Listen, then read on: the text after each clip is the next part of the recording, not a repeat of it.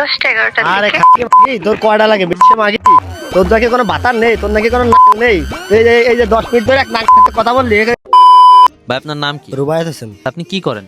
একটা জব করি ভাই। আচ্ছা, আপনার এত মন খারাপ কেন? আমার একটা 3 বছরের রিলেশন ছিল ভাই। অফিসের প্রেশারের কারণে আমি কিছুদিন তাকে সময় দিতে পারি না। বন্ধুদের কাছে একটু খোঁজ খবর নিয়েছি, জানতে পারি সে নাকি অন্য জায়গায় ঘোরাফেরা করতেছে।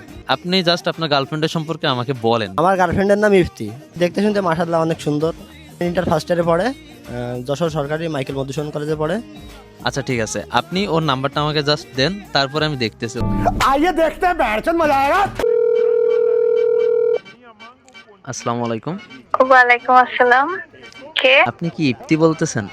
জি, আপনি কে? আমাকে আপনি চিনবেন না, আশেপাশে আছি বাট চিনবেন না। আমি আপনাকে অনেক ভালো করে চিনি। ও আচ্ছা, কিভাবে চিনেন? আপনি ইন্টার ফার্স্ট ইয়ারে পড়েন না এমএম কলেজে?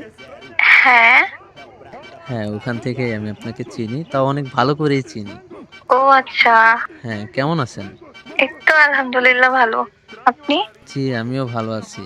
আপনাকে দেখলাম, আপনি তো আগের থেকে অনেক চেঞ্জ হয়ে গেছেন। চেঞ্জ? কিরকম চেঞ্জ? আগের থেকে অনেক সুন্দরী হয়ে গেছেন। আপনার চোখটা অনেক সুন্দর জানেন? তাই নাকি?